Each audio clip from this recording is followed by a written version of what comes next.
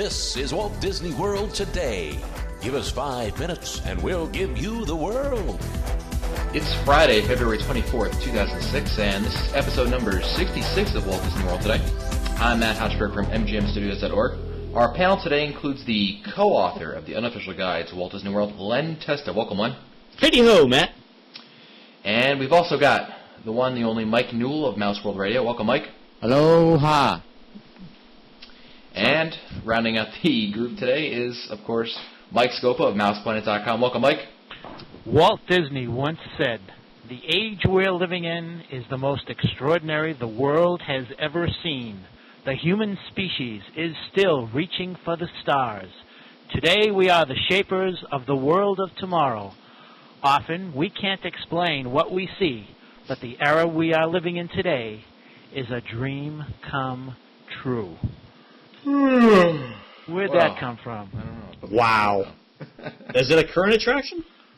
It is a current attraction that is a new rendition of the current attraction. Ah. Wow. You got So me. for you listeners out there, just send into WDW Today. No, please Answers, don't. yeah. Email it to Mike at MousePlanet.com. After the cheerleading question, I don't. That can all go What? to The people. cheerleading question was good. What? It was great, except for all the emails that came in. 3 weeks later, I believe the answer was... we gave away the shirt. Right. Well, before we get started in today's episode, I just want to mention, some people may not actually check the Walt Disney World Today website. Shame on you. Yeah. But we do have we're looking for entries for designs for the Walt Disney World Today shirt. We're looking for logos that we can put on a shirt. Unfortunately, none of us, as talented as we are in regards to coming up with touring plans and tips and all that other stuff, we have absolutely zero artistic talent. So we're wondering if perhaps some of our listeners have the artistic know-how that they can perhaps design a logo. So if you're artistically inclined and would like to take a shot at it, design a logo to use on a shirt, please email us your submissions to, you can just email it to Matt at WDWtoday.com. And I will take a look at them and display them, and we'll hopefully pick one of the entries to use on our shirt. And it's Friday, and being still in the month of February, we're doing all question shows. So if you have your own question you'd like answered, email us at questions@wdwtoday.com. Our first question comes from Mike, who writes in episode 41, you and the guys talked about the music at Walt Disney World. However, my family and I were there in November, and they were playing great Christmas music. The music they played was mostly characters singing the Christmas songs. I assume that this was a CD or two playing, but I have checked the Disney stores and can't find anything like what we heard that day. Do you know where I can find this music? Mike Newell? Sounds like something you might know. Did he mention, hi Mike, by the way, did he mention what park it was that he heard? Nope, that was the extent of his email. It's fairly big. Well, it's characters, so it's probably not Epcot, right? Yeah, it's probably Yeah, it sounds like that's what I was Magic thinking. Kingdom. Magic Kingdom, yeah. Now, we were all down there at that time. I don't remember hearing anything like that. Mike, if you could be more specific and write back, maybe that would help, but I'm drawing a blank as to where any of that would have been played. Right, it's not specific enough in order for us to figure Yeah. out. Like, if you could write back, Mike, with a song or character. Or even a location where you heard it. If you heard it in Frontierland or something like that, maybe we can narrow it down a little bit. A lot of that stuff isn't really sold commercially, so even if, it's kind of rough. All right. Well, But if you can be more specific, it always helps. all right. Well, let's move on I to. wonder if we could Google it. We might have to look. I might have to look. We'll get help if we find something though, Mike. We'll definitely post something in the show notes or in the comments for episode 66 show notes. So be sure to check out the Walt Disney World Today website. We'll keep this question open. There you go. Our next question comes from Sandra, who writes, "My question is about Walt Disney World safety for a mom and a 7-year-old. Have there ever been any incidents at Walt Disney World or the resorts against women? In April, we plan on staying at Wilderness Lodge, but if I go back in the fall, I'm thinking of going moderate or value, Port Orleans or Pop Century, respectively. Is one better than the other as far as isolated locations versus more public areas? If we were to return to our room after dark and had a long walk to our room, I don't think I'd feel safe unless there was a lot of lights or people around." All right, so what were the choices? Wilderness Lodge?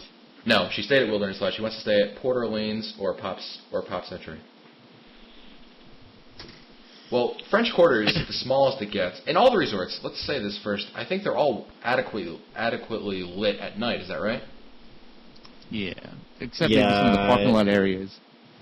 Yeah, well, yeah, I think from Pop, some of the parking lot areas are kind of dark, but they're all so heavily trafficked. Any area that you're likely to be in is going to have so many people. Have you guys heard of any incidents like that? I know Disney's pretty hush-hush with these sort of things usually, but, you kind of hear rumors. I've never heard of any kind of, I've heard of people having their cars broken into, but, in terms of actual violence, against someone, no, I don't recall anything. Although a quick, Google search, if you type in assault on Disney property into Google, that might come up with something, and you'd be able to find out. But even then, I mean, the statistics are, you're probably safer on Disney property only because they're screening out guests, especially at a resort where you've got to go through a security gate. Yeah. You're probably safer there than off-site. I would say so. I would say it's one of it's one of the safest places I would think that you could go. Yeah, I would think so. We'll have to Google it, but I don't think that there's any particular issue. That being said, I mean, I think Port Orleans. That depends on where. Are they both the same? They might be actually the same in terms of walking from your car to your room. If you're going from your bus stop, you'll be fine because there'll be so many people around. And you often have to pass through the main area. No, you might not have to, but to go from your bus stop to your room isn't that. It's going to be fairly well lighted. Pop Century, some of the places aren't, but from the bus stops, I don't think it's that bad. Yeah, the walkways are pretty well lit. Walkways are good, and there's just so many people around. Yeah. Yeah, I would feel safe. I mean, certainly, I would feel safe having my wife and daughter walk around at night. I wouldn't have any qualms about that. You're probably safer there than Orlando at large. Oh, definitely. I won't even ask Scopa what he thinks about which resort he recommends. Well, nothing says personal safety. First thing I would resort. recommend when you're making, if you're a single mom and you're traveling with a young child, I would first make sure that I book my room through a travel agent and let the travel agent know of your concerns so that the room would be as close to the food court area as possible. And like Len said, if you're around people most of the time, and you probably will be, especially if you have a young child, because everybody will be in the same boat and, you'll have children around. So it shouldn't be a problem. And I would recommend using the buses for that. And, just keep your eye open. I really think that about 15 years ago when they put all those security shacks in place, that really helped. There was one incident that was reported back in the early 90s, but it was proven to be a fraud. It was someone just trying to shake down Disney for some insurance money. But so I haven't heard anything that had any... How did that scheme of yours make out?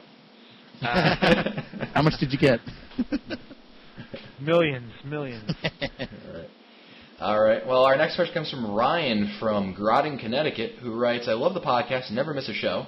I read something on Saturday at Screamscape.com that says the studios may have some type of adult-oriented Halloween festivities this year with a possible Villains Nightmare Before Christmas theme. Is this true? And if so, do you have any details? I think it would be a great idea if it were geared somewhere between the Blood and Guts festivities at Universal and the kiddie-based Magic Kingdom. Keep up the good work. Well, First Ryan, of all, a big shout out to our boy Lance over at Screamscape. Go ahead, Matt. Oh. Well, I'm not going to stay in the way of a shout out, certainly. Yeah, really. I'll tell you, Ryan. I've heard the rumors too. There were a few different places I heard them. The saving grace for this rumor is that I think means that it's got a good chance of actually coming true. Is that the source of these rumors came from a Disney survey. Often Disney World will send out people to survey guests and ask them questions. And one of the survey questions was about how would they feel about a Halloween event at the studios involving villains and hosted by Jack Skellington of what's that movie? Nightmare Before Christmas? Right. Before Elm Street. Before Elm Street, right. Completely different theme. Nightmare on Main Street. I think it's a great idea. Certainly, you think like you said, it's not the. I think Len said in an earlier episode, if I can borrow Len's argument for a second here, Disney doesn't need to go down to compete with Universal like that. Universal isn't exactly making money hand over fist. Well, their attendance was down last year, so I don't think Disney's not going to emulate that. Sure. I think it's a great idea. I think if there's a likelihood of happening, I'm not sure how likely it is. I would put it. Because it came from Disney, I give it a little more weight than other rumors that I hear, but I'm not. You can't book it yet. I wouldn't, plan on it at this point. Has anyone else heard anything else? What I read on. Yeah, just a rumor. I think that if it does come true, we would hear about it sometime in the early summer, because if they are thinking about selling tickets, they would open up. They would open it up for ordering sometime around June or July, similar to what they do for the Not So Scary. Yep. That's a good point, Mike. I'll post the link in the show notes to the thread with all the information that I have, Ryan, and you can check it out over there. Our next question comes from Todd Bro of Lafayette, Louisiana, who asks, on our next trip to Walt Disney World, we will be staying at a moderate resort. If we plan on being in the parks most of our time, which moderate resort will be the best for us? Please take into consideration costs, bus wait time, and closeness of rooms to the main building. Cost, bus wait time, and closeness of rooms to the main building. Oh, cost is a wash. Yeah, they're all the same. Relatively speaking, they're all going to be the same, yeah. In terms of... I would say, for closest for the rooms, it's French Quarter, but for bus wait time, especially going to the resorts, you're going to have to go to another 4 bus stops at Riverside. At least unless the bus is full, in which case you probably don't want to be there anyway. It depends, too, on what park you're going to, in terms of... and whether you're driving. If you're driving, then obviously it's not going to make that much of a difference. But if you're taking the bus, then that could be an issue. Well, he wrote here. Todd also wrote that we stayed at the Coronado in May 2003 and really liked it. Or maybe considering another resort at this time. In terms of moderates. Yeah, Port Orleans is going to be a little bit longer, I think, in terms of transportation time. Maybe right at the same. What else to the Magic Kingdom if you're taking a bus? What else? Caribbean Beach is going to be almost exactly the same, or actually slightly longer in a worst-case scenario. Yeah, Coronado Springs isn't terrible. If you're going to Epcot, I'm thinking Coronado Springs is not bad. None of the moderates are really close to Epcot in terms of getting to the entrance of them. No, but you can make the left when you get out of Coronado Springs, can't you? That's faster. Right, but when you get out of I could be wrong about this, but when I'm thinking Coronado Springs, in fact, all of them, they're all kind of like bunched together in the middle over there, and they go the way they. Although probably if you went, if you kind of could go in a straight line to Epcot without roads or anything like that, then they would all be kind of close. But the way that you have to go with the roads and everything, they tend to be a little bit lengthier. MGM is probably your closest. Animal Kingdom is close also.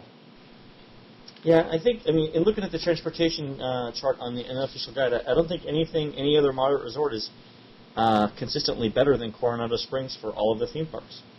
So I think Coronado Springs is a good choice. In terms of room quality, Coronado Springs did really, really well in our last evaluation. I think we talked about this in an earlier podcast. The lighting is pretty good. The mattresses are new. Pillows tested fairly well. They're pretty quiet. I like Casitas 4 as a building. You could certainly do worse than that, Todd. All right. Well, let's go on to our next question from Ben Natali of Canberra, Australia, who writes, Hi, the family and I are going to Walt Disney World for 8 days in May. We have bought the meal package. I have used all my table service vouchers by pre-booking various restaurants. Good job, Ben. That's the way to do it. What I was wondering is, can you suggest counter service places that go beyond the usual pizza and hamburgers? Any suggestions would be appreciated. My kids think I am crazy. Why would we go to the land of hamburgers and not go to McDonald's? The land of hamburger. The land of hamburgers. Shall we Wow. do this by theme park by theme park? Sure, that's a good idea, Mike. Why don't we Start off with the Magic Kingdom. I just drew a blank. Glenn, you know burgers. No, I'm thinking Noodle Station? That's what I was going to say, Lon. Nope, I'm thinking Frontierland. Pecos Bills? Pecos Bills. The chicken wrap? Chicken wrap is very good, and the salad is very good there. And don't forget, Ben, our tip about the salad bar at at Pecos Bills. If you bring along a styrofoam plate and some salad dressing, you can help yourself to the free fixins bar. I'm just kidding. Don't actually do that. No, but Mike's right. Go ahead. The chicken. I think Mike, you were the one that recommended that to me. The chicken Caesar wrap at Pecos Bills. It's huge. It's It really is. huge. It's a lot of food. Yeah. It's very good. And I think you get a good amount of food for your money, and it's my favorite counter service place in the Magic Kingdom because I never know what's going to happen at the noodle station. You never know if it's open. I mean, if it's open, I like the noodle station a lot, despite the fact that they're adding chicken strips to the menu, which makes no sense to me, and it's just an abomination. But other than that, I like Pecos Bills. The thing with Pecos Bills too is they move people in and out. It's air conditioned. They've got bathrooms inside, ample seating. It's dark. It's cool. It's a little bit boisterous, but if you can find a seat, especially over near Pirates of the Caribbean, it's not too bad. So would you guys consider El Perita y El Perico if it's open? I mean, I like the taco salad over there. I think there's only 3 things on the menu, and that's one of them. But that's what I would order if I were. The taco salad is definitely the best thing over there, but it's never open. That's also true. Let's move on to Epcot. Food court at the Land Pavilion. Future World, it's got to be Sunshine Seasons. Yeah, Sunshine Seasons at the Land. In terms of counter service. In World Showcase is where it gets interesting for counter service. Yeah, you can go to a number of places. Except for America, everywhere else there's no burgers, right? In World Showcase? I can't think of... Well, let's go clockwise. Starting in Mexico, you've got the Cantina de San Angel, right? Yep. Right. Which is burritos, tacos. And the good thing about that is, the food's not great, but it's a ton of food. Yeah, it's great. It's great to share with other people. What was that word you used? Share? Share. Oh, yeah. With food. Yeah, I guess so. Interesting. It's an interesting concept. That's a pure hypothetical there, Ben. I don't know that you need to follow his advice. In Norway, you've got Kringle Bakery Og Cafe. Og. Which is what? Open-faced sandwiches, pastry, turkey. You know what the thing they have here, though? And again, it's proof that civilization continues to advance, especially Western civilization. Iced pretzels. I've heard some good things about those. Pretzels with icing on them, and again, somewhere in the culinary research institutes of Norway, someone came up with this breakthrough invention. I can only hope to God that they patented it because that's someone thinking right there. Don't they give out Nobel Prizes in Sweden for food? Iced pretzels. And can we start? Literature is great and all, but really, the food sciences really deserve their own medal. Sounds like a plan. In China, there's nothing good in China. Moving on to Germany, there is Summerfest, right? Has anyone ever eaten there? Yeah, I've eaten there. I used to like they had the chicken schnitzel on the menu a while ago, but they took it off, and now it's really you have to have some well-developed tastes. They have the bratwurst, which is a little bit beyond me. They have the Frankfurter. Which is a hot dog to the rest of us, but it's very large. They have pretzels. I'm not sure there's anything there. I would rather, if you're not going to eat at Beer Garden, I'm not sure it's worth stopping over there. There's no band. They do have a nice beer selection, but I think you should stop there for the beer. I wouldn't stop there for the food necessarily. At least not at Beer Garden would be worth stopping at, but for counter service, I think we'll keep moving. All right. So then Italy doesn't have a counter service, does it? I don't think so. No, but they need it. United States, Liberty Inn. Not that great. Well, he doesn't want burgers anyway, so we're moving on. Thank God. Japan. Oh, Yakitori House. very good, especially if you like sushi and. Man, I mean, the thing with Yakitori House is there's never a wait, and the food is such high quality. I mean, you can get the sushi, you can get hot soup. You're going in May, okay? You probably won't need hot soup, but you can sit down for a nice cool drink. It's quiet because of its location. I love it. I mean, there's never a wait. I love Yakitori House. Yeah, it's great. I'm in the mood for some sushi now. Well, I'll say, moving on that thing, I'm really high on Morocco at their counter service. I'm really high on Moroccan something. Anyway, something. Woo! Go back to the Pal Mickey joke of before, but go ahead. I really like. I'm partial to Middle Eastern food to begin with, which is going to lead me into something at MGM. But keeping with here, the counter service over here, the shawarma sandwich. Cafe. Yep. The Tangerine Cafe. Thank you. The Tangerine Cafe. The shawarma is pretty good considering Disney's the one who's really making it, so it's not terribly authentic. But I think it's I would say it's worth a try. I like it a lot. And what else for counter service? Yorkshire County Fish and Chips. Yeah, Harry Rainsden's. Yeah, that's actually not bad. Absolutely. And then what is really Canadian fast food other than? Well, Mike thinks that you could stop at Le Cellier and just eat it really quickly. You get the 20-ounce sirloin to go. On a stick. Special to go. Yeah, you get some bread with that or something. And a beaver tail. And we're set. Moving on to the studios, I'll recommend, Ben, for non-burger food, I'm going to say Studio Catering Company. They have some interesting wraps over there. If wraps aren't your thing, ABC Commissary I like, and I'm also a new fan of Toy Story Pizza Planet, especially the Everything pizza, the one with all the vegetables. That's like a glorified Mr. P's pizza, man. Really? Have they improved the pizza technology over there? Well, that's the thing, Len. It's interesting. Someone else brought this up to me the other day. Disney does not do pizza very well. No, it's because they have to mass produce it. And they can't. Well, you compare it to. Domino's does a better job of it. Pizza. That's not saying anything. I know, it's not really. It's pizza. Come on. It's bread with sauce on it. Anyway. Yeah, I can't believe they don't do a better job with pizza. But apparently it's a skill. The guys that I know in Greensboro, there are probably two good places that make pizza, and neither of them are Domino's or Papa John's or anything like that. They're both mom and pop places.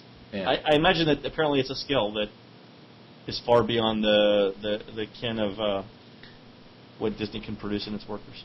Well, I recommend at any rate Studio Catering Company and ABC Commissary for non-burger. I've heard good things about the commissary lately in our reader surveys. It's pretty good. Wide selection. I think you can find something there for everybody. They make a good Reuben sandwich. Do they really? Yeah. What kind of sides do they have with those?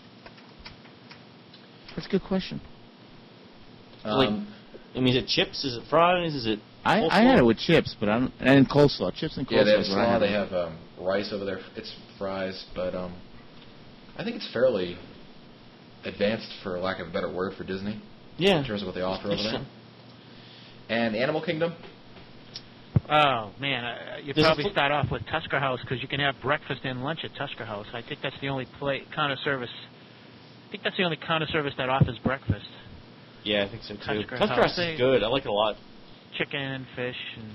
It's like an upscale Boston Market, and I like Boston Market. Yeah, that maybe Flame Tree, and that's probably the only two. Flame Tree. Yeah, those are the only two that I can think of. One's in Africa, and Flame Tree's in Asia, I believe. Yeah, Discovery Island on the bridge to Dinoland. Yeah. The thing with Flame Tree is, I don't know if they're shrinking the portions or what, but you could easily blow $20 there on lunch by getting two. The sandwiches are just quite not big enough. Yeah, I had breakfast over there, and it's the same thing, Len. I had to go back and order a third cheese Danish. I can tell no lie. And a small coffee, please. Do you have any NutraSweet? Where's the Splenda?